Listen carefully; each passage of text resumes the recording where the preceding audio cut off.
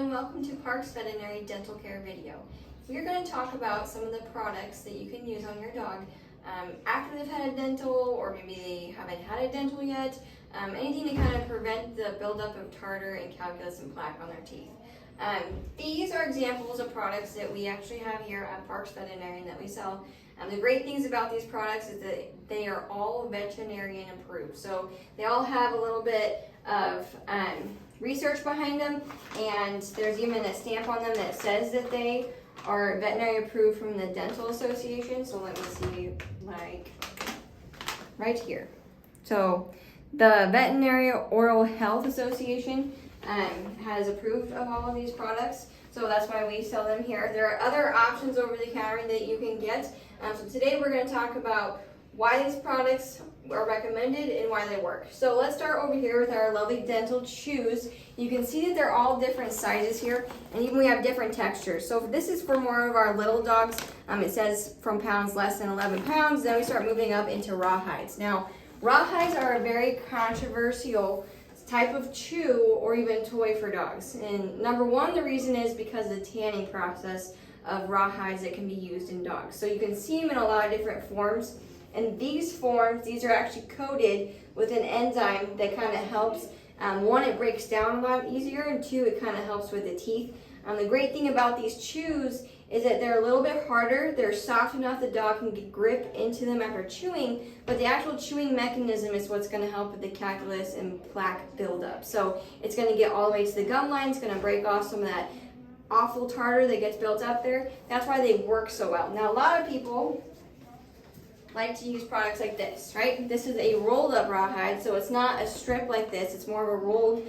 And as we can see on this example here, this end's been chewed on pretty good. And it's been chewed on enough to the point that there's blood on it.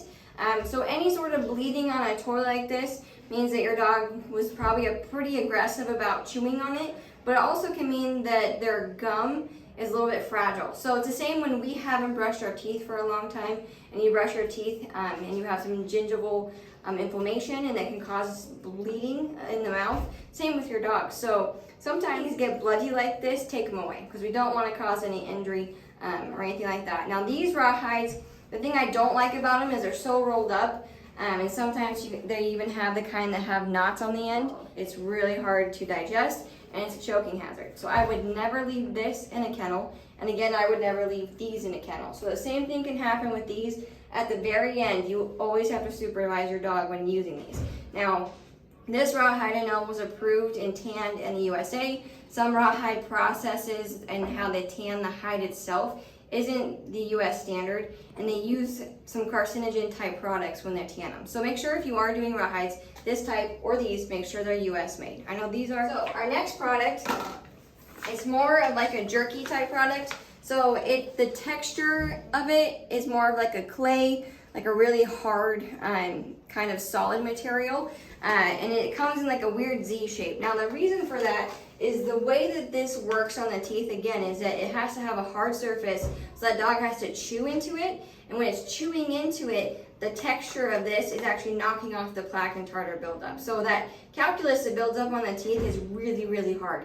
And it comes like a yellow, gross color, and it clings on those teeth. This is to break that up, and they can kind of chew it and swallow it a little bit better. So again, with these products, they come in different sizes based on your dog's weight, and they also need to be supervised when given to your dog. So with any of these products, at the very end, when there's a little bit left, some dogs will try to chew it and swallow it, or they'll just swallow it whole. So make sure you're supervising. Don't leave them alone in the kennel with these products, because you don't want your dog choking on them when you're not around. They're special toothpaste made for dogs, and especially this product, again, is veterinary approved, so it's a CET enzymatic toothpaste. The great things about these is that there's different flavors. So we have beef, poultry flavored. If you're like me, I don't really want the smell of this on my dog's breath, so I use the vanilla mint flavor. It's the same product. I've just already used this one today. Either way, it's kind of like when you brush the teeth, there's a residue that you can smell for a while, but these taste good, they can be swallowed, and they're really easy to use. I also have a designated toothbrush for my dog so that it doesn't look like my toothbrush. You don't want to be sharing toothbrushes with yourself and your dog or your pets amongst each other. So it could be really easy to say, I'll use one toothbrush for all my dogs, but you have to think of the bacterial in your dog's mouths. They're all a little bit different. Everyone's flora is a little bit different. We're not all sharing toothbrushes in our household, so not all my dogs are sharing toothbrushes either. And the same goes for cats. If you're brave enough to brush your cat's teeth, make sure you're using a different toothbrush. On that note, if you're talking about cats or even small dogs, this product is actually its own toothpaste, and it's a finger toothbrush. So instead of using your actual finger, which this will get bit pretty close, this works better in dogs' mouths that you have to get really far in there. But if you have a small dog or a cat, you don't need this really big toothbrush. This one actually slips over your finger like a little glove, and you can get into those spaces a little easier. And maybe sometimes dogs will tolerate this a little better, thinking that it's your finger and not this. But if you don't want to get bit, this is a better option for you, okay? Now, lastly, we have an oil rinse here. It's kind of the same idea as us using mouthwash. So you're rinsing out, it's gonna help with that plaque buildup. It's gonna put kind of a barrier over the teeth for a little bit. We use this a lot in dogs that have any sort of injury in their mouth. So gingivitis, any sort of inflammation of the gum line. Some dogs can get hypergrowth, so like tumors around their teeth, skin overbuilding, the gum is building up too fast. So this will help with any sort of sores around the teeth, and it can help coat dogs' mouths. So it's kind of like a mouthwash for dogs and cats. We use this pretty often in cats with what's called stomatitis. So kind of the same idea, inflammation of the gum line. It's going to help kind of with that buildup and that pain and the bacteria that can build up there.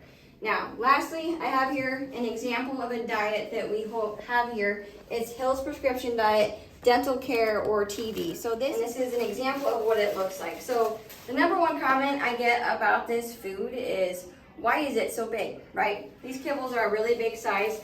And the reason for that is, like I mentioned with all of these chews, is the way that these work is there's no exact product ingredient that makes it so dogs don't get plaque and calculus, or so that they fix it. The actual thing is the mechanical movement of the teeth breaking it apart. So with this, when they're chewing on it, of course it's really hard and I can't even break it up.